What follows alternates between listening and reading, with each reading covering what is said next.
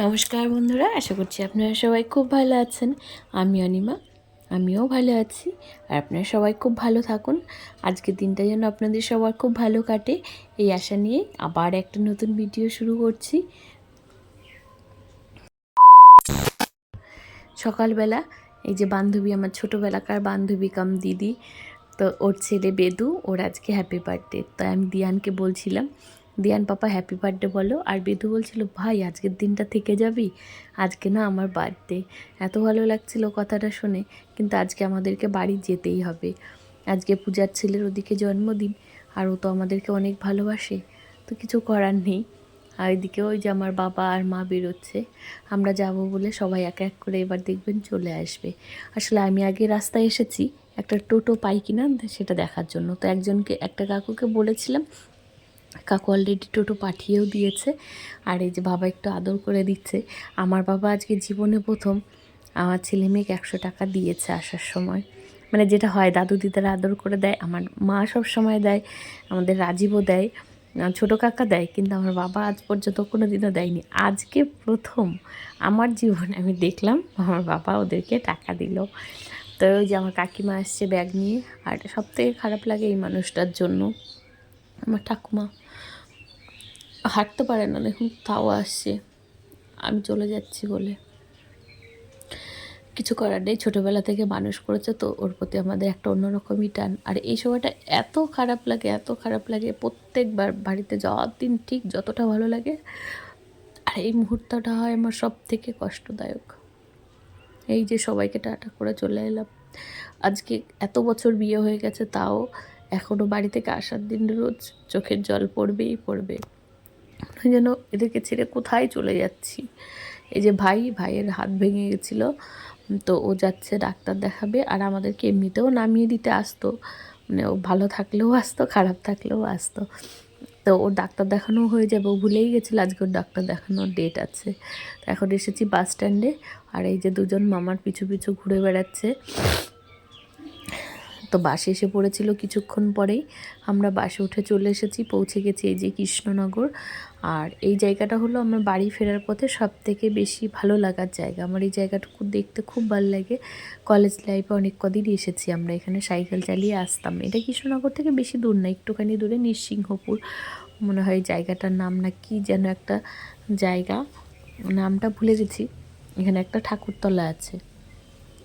আর এই যে বাসে তিনজনকে নিয়ে তিনজনাই দেখুন ঘুমিয়ে পড়েছে।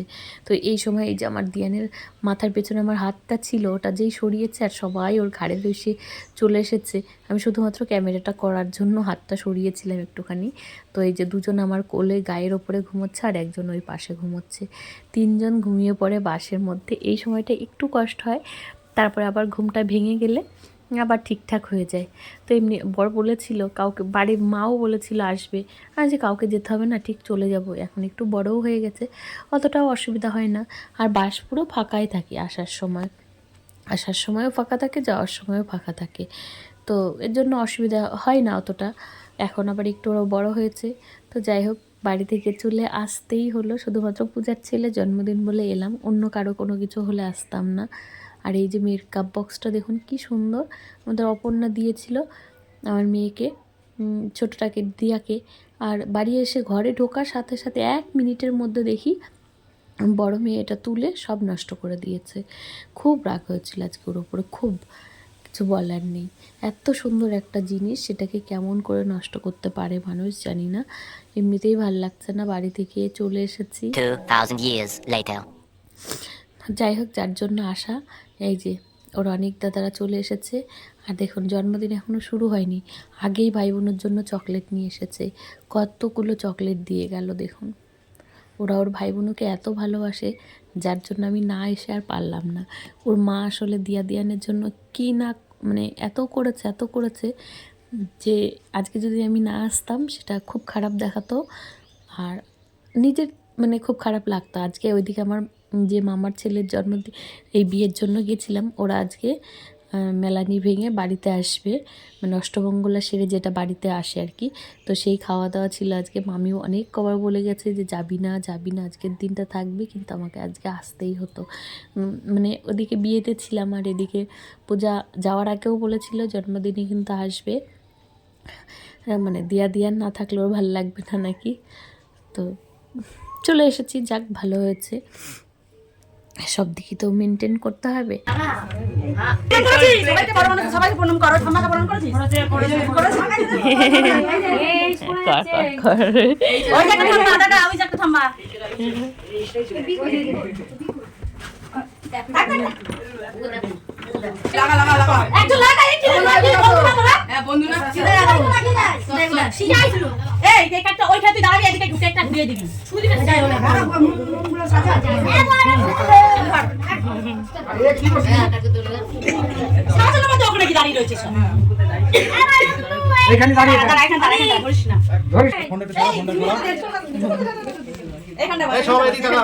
আচ্ছা ওঠো ওঠো আচ্ছা তুলে দাও। সবাই দিকে দেখা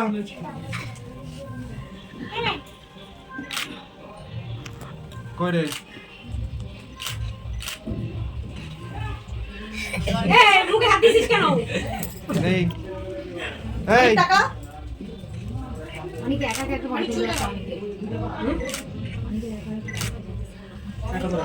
পাপা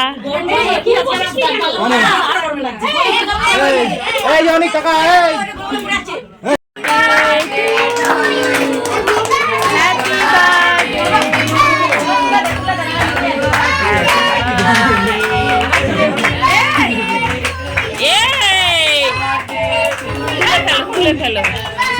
আবার জ্বলবে কিন্তু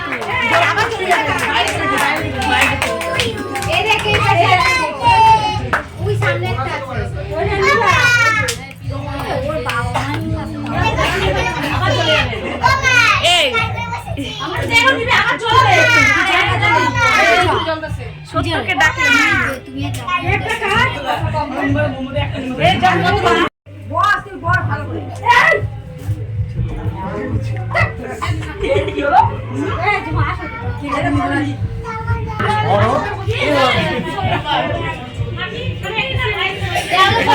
সবাই সামনে আবার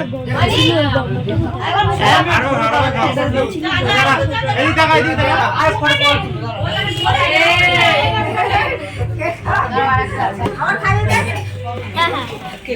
এই টাকা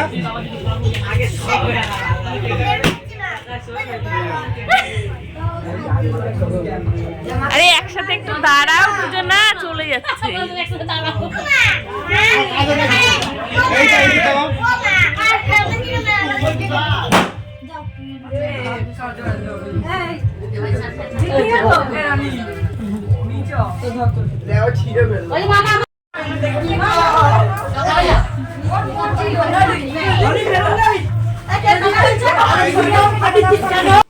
এই যে হলো আমাদের বার্থডে বয় অনেক, ওর ভাই বোনকে খুব ভালোবাসে। আর এই যে সবুজ রঙের শাড়ি পরা, ওটা ছিল ওর মামিমা। আর ওই যে পিছনে ওর দিদা, তো ওর দিদাও মানে খুব ভালো, বাড়ির প্রত্যেকটা মানুষই খুব ভালো। আর এই যে ওর বন্ধু বান্ধবরা সবাই ছোট ছোট তো স্কুলে পড়ে, মানে যেটা হয় যে না মা আমার জন্মদিন করবে এবছর, যদিও প্রত্যেকবার করা হয়ে ওঠে না। এই যে হলো পূজা আর ওর বরকে তো কখনো খুঁজে পাওয়াই যায় না, অনেক জোর করে ধরে আনা হয়েছে। আর এই হলো ওর ঠাকুমা আর ওর দাদু। ওর ঠাম্মা কিন্তু ভীষণ শৌখিন মানুষ, মানে আর এমনিতেও খুব মিশুকে আর খুব মিষ্টি স্বভাবের মানুষ উনি। আর নিজেকে সবসময় সাজিয়ে গুছিয়ে রাখতে খুব পছন্দ করে, এর জন্য আমার খুব ভালো লাগে ওনাকে। অনেক মানুষ থাকে দেখবেন যাতে দেখলেই একটা ভালো লাগা কাজ করে, তো উনি হচ্ছে তেমন মানুষ। আমরা নিজেকে এই বয়সেও মানে একটু ক্রিম লাগাতেও কতটা কষ্ট হয়, আর এই দিদি এত সুন্দর করে নিজেকে মেনটেন করে কি বলবো। আর এদিকে এই যে আমাদের দিয়ান আর এই যে মাম্মাম বসে বসে খেলছে, ওরা আর বাইরে যায়নি, অন্য ছেলেপেলেরা সবাই বাইরে চলে গেছে, ওখানে নাচানাচি হচ্ছে, বক্স টক্স বাজছে। তো তারপর আমরা একটু ছবি তুলছিলাম। আর এই হলো এই যে ফটোগ্রাফার আমাদের ফটোগ্রাফার এত সুন্দর করে ছবি তুলে দিচ্ছে, বলছে এমনি করে ছবি তুলতে হয়, এমন করে ক্যামেরা ধরে। তো তারপর আমরা চলে এসেছিলাম খাওয়ার জায়গায়। ছাদের উপরে বসার জায়গা করেছে, বেশ ভালো হয়েছে। ছাদে খোলামেলা জায়গা, রাতের বেলা গরমও না ঠান্ডাও না, খুব মানে সুন্দর সময়। তো ওখান থেকে আমি চলে এসেছিলাম, খাবারগুলো একটু দেখাই। মাছের পিসগুলো এত বড় বড় ছিল না, কি বলবো। আর এদিকে চিকেনটাও হয়েছিল খুব টেস্টি। আর এই যে মাছের ঝোল এখানে বেশি করে রাখা আছে, স্যালাডের মধ্যে তো আমার পেঁয়াজ খেতে খুব ভালো লাগে। মুগ ডালটাও খুব সুন্দর ছিল। এদিকে এই যে ডেক ভর্তি চিকেন রয়েছে, আর ভাতটা এত সুন্দর ঝুরঝুরে ছিল, জয়শ্রী চাল। মিষ্টিগুলোও ভালো ছিল। এই যে ছিল পাঁপড়, এই যে ছিল চাটনি। আর বেগনিগুলো এত বড় বড় ছিল, কি বলবো, গোটা বেগুন এক একটা করে কেটে দিয়েছে, মানে মাঝখান থেকে চিড়ে আমরা যেমন অর্ধেক করে করি, আর ওরা একদম গোটা গোটা ছিল। আর এদিকে যে দিয়ানকে ওর পিপি খাইয়ে দেবে, এমনিতেও তো মাঝে মধ্যেই ওদের বাড়ি থেকে খেয়ে চলে যায়। তো আমরা এবার বসে পড়েছি খেতে, কতক্ষণে দেবে। তো দেখুন কত বড় একটা বেগনি দিয়েছে। তো দিয়ান তো খাবে না, ওই যে দিয়ান বলছে আমি খাই না, আমি খাবো না, ও খায়নি। তখন ওই দিদাকে দিয়েছিলাম, দিয়াও খায়নি। দিয়ারটা পূজা খেয়েছিল মনে হয়, আর দিয়ানেরটা খেয়েছিল দিদা। তো চলো আমরা খেয়ে নিই ঝটপট। আর প্রত্যেকটা খাবার খুব ভালো হয়েছিল। আসলে পূজার বড়ের মনটা না অনেক বড়, ও খাওয়াতে খুব ভালোবাসে, মানে যেদিন খাওয়াবো ভালো করে খাওয়াবো মানুষকে, তেমন থাকে না। এর জন্য তো আমাদের খাওয়া হয়ে গেছিলো। এবার আমরা চলে যাচ্ছি। তো আজকের মতো ভিডিওটা এখানেই শেষ করবো। সবাই খুব ভালো থাকবেন, সুস্থ থাকবেন, নিজেদের খেয়াল নেবেন, আশেপাশের মানুষকে ভালো রাখার চেষ্টা করবেন। তো আজকের মতো ভিডিওটা শেষ করছি, টাটা।